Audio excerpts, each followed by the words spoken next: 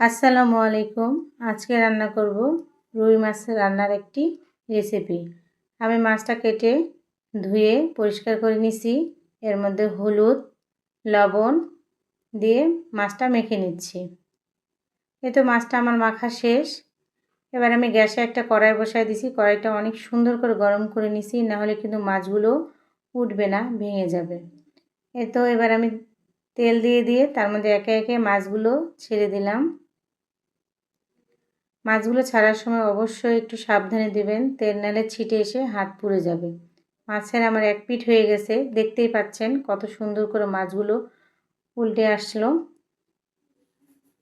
এই তো মাছ ভাজা আমার হয়ে গেছে, আমি এবার এগুলো উঠিয়ে নেব।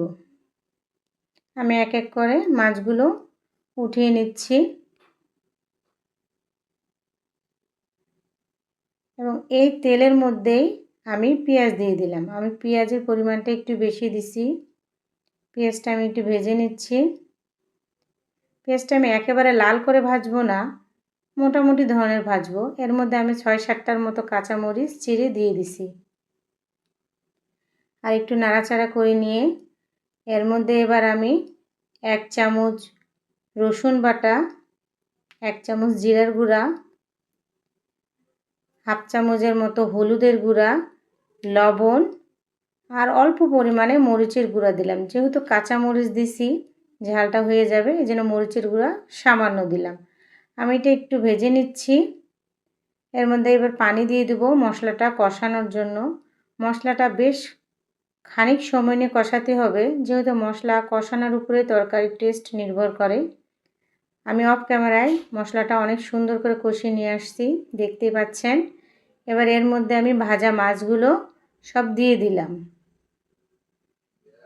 আস্তে আস্তে সাবধানের সাথে নাড়তে হবে, না হলে মাছগুলো ভেঙে যাবে। আমি মশলার সাথে মাছগুলো মিক্সড করে নিচ্ছি। আর চুলার জাল মিডিয়াম লো হিটে রাখবেন। ওই বাটিটার মধ্যে একটু পানি দিয়ে দিলাম মাছটা কষানোর জন্য। পানিটার সাথে করে দিয়ে মিক্সড করে দিয়ে আমি এবার এটা ঢেকে দিচ্ছি। কিছুক্ষণ পরে ফিরে আসি। এই তো দেখতে পাচ্ছেন পানি কিন্তু আমার আছে। আমি এই পুরো পানিটা কষায় একেবারে শেষ করে দেব, পানি রাখবো না। তেল উঠে আসবে তখন আমি ঝোলের একটুখানি পানি দেব। এই তো মশলাটা আমি সুন্দর করে কষিয়ে নিচ্ছি মাছ সহ। আর একটু পানিটা কমুক। আমি কিন্তু অফ ক্যামেরাতে মাছটা অনেকক্ষণ ধরে কষিয়ে নিছি। এই তো দেখতেই পাচ্ছেন কোনো ঝোল নেই। এখন কিন্তু আমি মাছের তেল বেড়ে আসছে, তেলটা যে দিছিলাম এর মধ্যে একটু পানি দিয়ে দেব ঝোলের জন্য। মাছটা আমি একেবারে ভুনা করব না, একটু একটু করে ঝোল রাখবো। এই তো এবার আমি এটা ঢেকে দেব পানিটা কমানোর জন্য, যেন মাছটা সিদ্ধ হয়, মশলাটা পরিপূর্ণভাবে মাছের মধ্যে চলে যায়। কিছুক্ষণ পরে ফিরে আসলাম।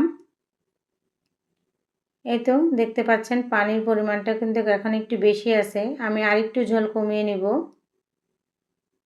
আমি আবার ঢেকে দেব, দিয়ে কিছুক্ষণ পর ফিরে আসি, দেখি কি অবস্থা হয়। এই তো পানিটা আমার অনেকটা কমে গেছে। এবার এর মধ্যে আমি একটু ধনিয়া পাতা দিয়ে দিলাম, তরকারির স্বাদটা যেন একটু বেড়ে যায়। ধনিয়া পাতাটা আস্তে করে মাছের খুন্তি দিয়ে মাছের মধ্যে মিক্সড করে নিচ্ছি। রান্নাটা কিন্তু আমার কমপ্লিট হয়ে গেছে। আমি কিন্তু এবার গ্যাসটা অফ করে দিব। চুলার জালটা ছিল তো এই জন্য মনে হচ্ছে অনেক ঝোল, আসলে ঝোল কিন্তু কম আছে।